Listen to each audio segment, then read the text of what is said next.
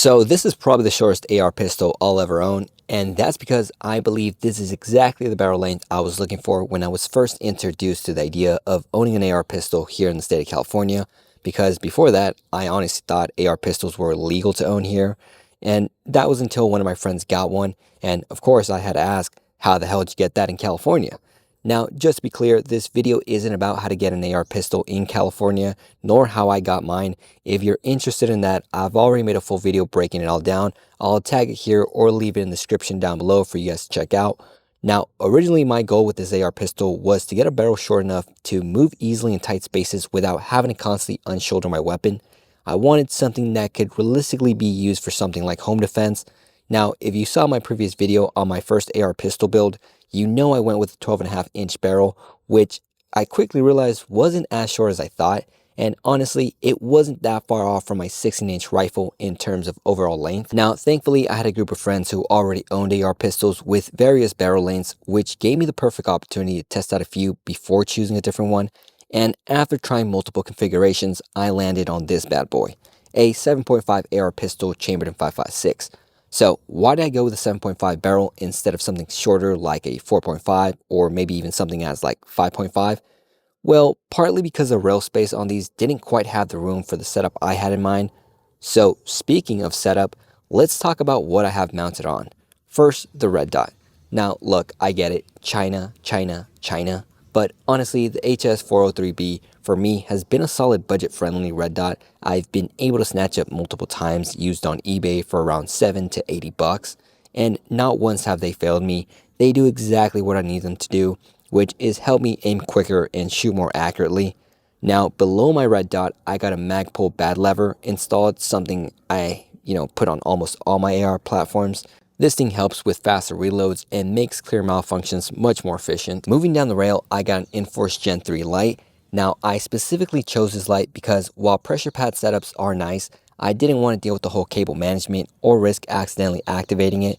This setup right here lets me maintain a solid C-clamp grip while still allowing for quick access with just the tap of my thumb. Now, initially, I was a little concerned about mounting it on top. I thought it might block or interfere with my red dot, but surprisingly, it didn't. I still had a full clear view through my optic. Now, underneath my light, I got a hand stop, which normally I run the full Magpul M-Lock hand stop kit, but since I was working with limited space on this build, I only used the front portion of it, which actually turned out perfectly. This gave my index finger a solid point of contact, which helped keep a constant grip, since it wasn't that I was worried about my hand sliding forward like some people usually are. For me, it was more about it sliding downward. Now, lastly, since we live in California and can't legally own suppressors, and short AR pistols tend to be pretty loud, I figured the next best thing was to add a blast regulator. Now, this specific one is from Strike Industries, and it's designed to push all the noise and gas forward.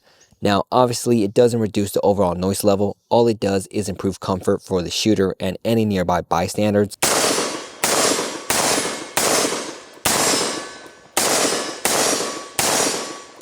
Now, there are a few other external things I've done, like adding tactical tape to the rail and pistol grip, which help with heat protection during long shooting session and provides a little more secure grip. I've also mounted a 2-point sling to the setup so I can carry hands-free when needed.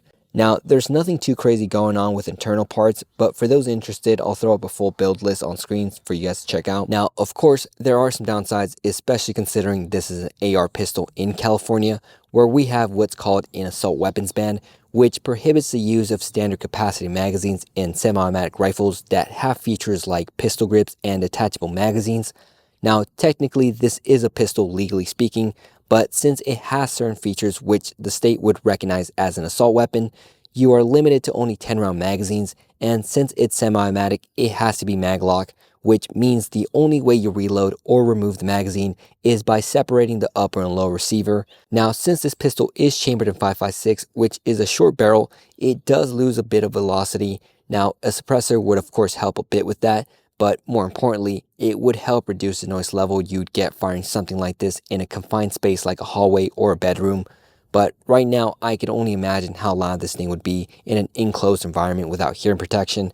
Now, while this specific setup may not end up being my primary home defense weapon as I intentionally had in mind, mainly because of low capacity and not being able to have a suppressor to protect my hearing, I still managed to get a lot of value out of it, especially when it came down to training.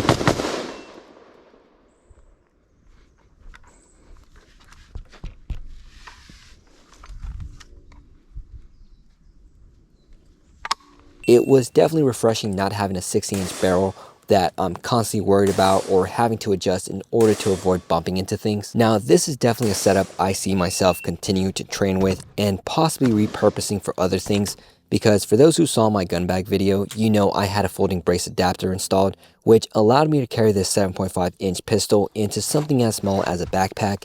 And while I legally can't drive around with it in my passenger seat, it's still made for a solid bug out bag I could keep in my trunk for emergencies. And now that I have a lower registered as a pistol, one of the best parts is the flexibility it's given me to swap out to all kinds of different barrel lengths legally, as long as they're under 16 inches, of course, which is cool because that's exactly what I wanted a pistol lower for in the first place. And another great outcome of just diving into AR pistols is that it's pushed me to learn more about building, because before this, aside from basic cleaning, especially on my ARs, I never really got hands-on changing out certain parts. It all just looked too complicated. But now that I'm starting to understand the platform a little bit better, I'm feeling more confident. So hopefully sometime in the future, I try doing something like a full build from the ground up. So stay tuned for that. So that's all I gotta say. Hope you guys enjoyed today's video. If you did, make sure to like, subscribe. Also, if you're interested in seeing some CCW drills, make sure to check out my Instagram at @ShotOfTheWicked. Also, if you want to get in contact with me, that's a great place. But other than that, hope you guys have a good weekend. Stay safe and God bless.